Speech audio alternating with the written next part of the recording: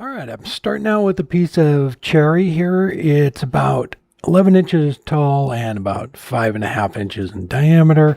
I'm just getting the center marked here. We'll get all that centered and then we can get it on the lathe. So I'm going to get it trued up here with a bowl gouge, and this was kind of a long process, so we just kind of skipped ahead, but kept working my way down and got this all trued up, get the corners knocked off. So this is a piece of cherry found out back when we were cleaning up, trying to organize the wood. So it has some pretty big cracks in it, and we're going to go ahead and fill them in with some of the easy inlay.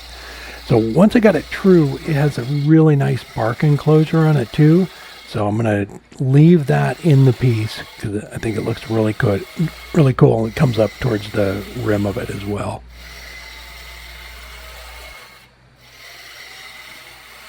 So I'm switched over to a spindle gouge. Lathe's running about 2,000, and then we'll just get this shaped, and then we can get a tenon on it and get it in the chuck. So this is a lip here, and I just keep bringing it down a little bit because I want to keep that bark enclosure and have it come into the lip. So I keep checking it to make sure it's I don't go down too far. And we'll get the body of it all shaped, brought down to the foot.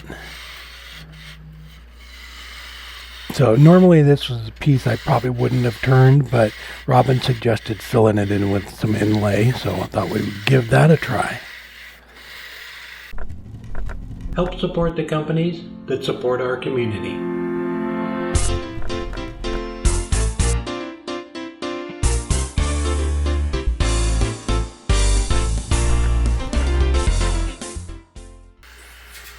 So I'm just bringing the foot down here, and then we'll get that tenon put on it. Yeah, it has a ton of little cracks in it. I was hoping when she suggested doing the inlay that it had some bigger cracks, but it only has really one big one. But we filled it in with some of the easy inlay, some of the bigger chunks, and then some of the fine grit stuff too.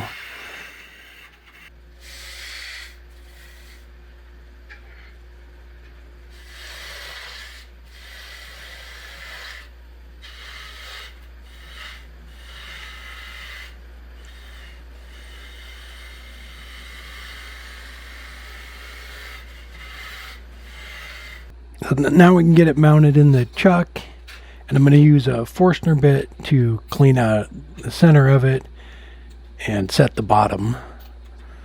So we'll get that all mounted in there, and then we can start in with the hollowing jig.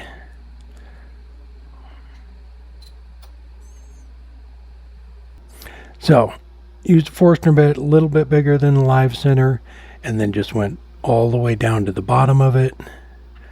So it's a little easier to hollow out. And I did this last week on a little pot I did too with the Forstner bit. It really works nice and gives you a reference point for the bottom and cleans out quite a bit of the material.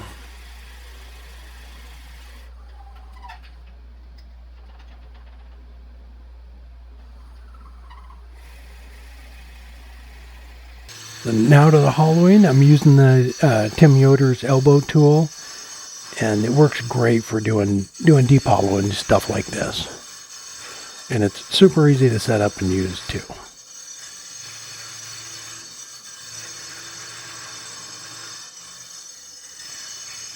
You just set your tool rest height on it, and it's really just a couple of fingers and just kind of maneuver it around. And I left the top lip a little thick to accommodate that bark enclosure. I didn't want to bust through on that. So I just filled the cracks in with some CA. So this is the one big crack that I put the little chunks in. Just filled it in, hit it with the accelerator, and then went over the top of it with some more for this one. And then you can see some of the smaller cracks, and then we'll use the powder stuff for that. So after I got all those in, I did go back on this one too and fill in the little spots with the powder.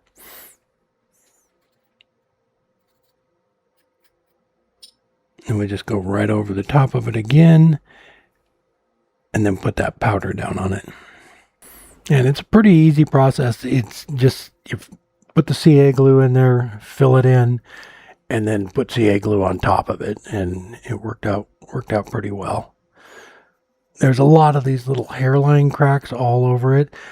When I was looking at the piece, it looked like the cracks were a lot bigger, but I turned away a lot of that, so there were just kind of fine cracks on the inside. Probably not something for, a lidded box though either. That's why I said it probably wouldn't have turned it. It was pretty cracked up. But it does have some nice characters, a few limbs coming in different directions, and then that big bark enclosure on the top looks really cool.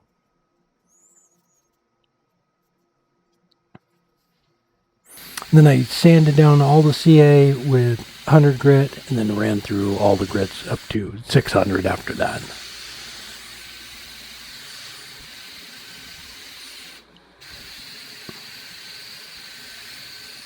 Now we're going to flip it around and take the foot off, get that all cleaned up. So I'm just going to put a cone center on the spur center here, and a little pad of the non-stick stuff, so that we can put the rim right in there and finish off the bottom of it. So, and that little pad's nice. They just tighten up the tailstock, and it grips right onto it. And so I went back to the spindle gouge here and cleaned up the bottom of it, and brought the foot around. And then those cracks go down into the part that I'm turning right now. So I ran through that same process, filling in those cracks as they come around the bottom of the foot.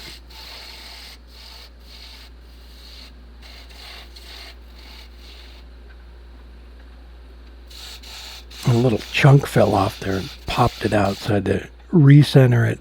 It's pretty brittle down there on the bottom, so I didn't go in too far. I just kind of stopped there, and I'll cut that off by hand with the handsaw, which took forever. It's cherry and it's super hard, but I didn't want to keep going too much further because I didn't want a big chunk of that to fly off. Then I finished filling in those cracks that went down.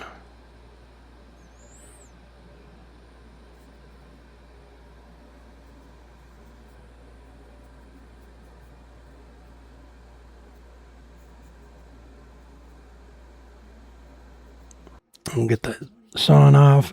Like I said, it took me quite a while to get it to come off, but it finally popped off. And then I put a disc sander on, or a little sanding pad on, and finished sanding that by hand. So, and then we'll get some walnut oil put on it. And just soak the whole thing down with walnut oil. It really brought out a nice color in the cherry, but you can see like all the little cracks that are in it. There's that bark enclosure too. Looks really cool.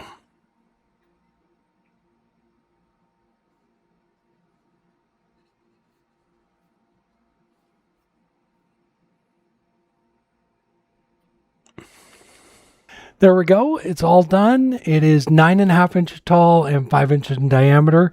Like I said earlier, I was hoping that the cracks were bigger when Robin and I were talking about it. We were going to fill it all in with those flakes, but a lot of them were smaller, so we filled it in with that powder stuff. But still like the way it came out. That cherry it's just beautiful. Has a bunch of little limbs coming through it, and then that bark enclosure is awesome. But a fun project.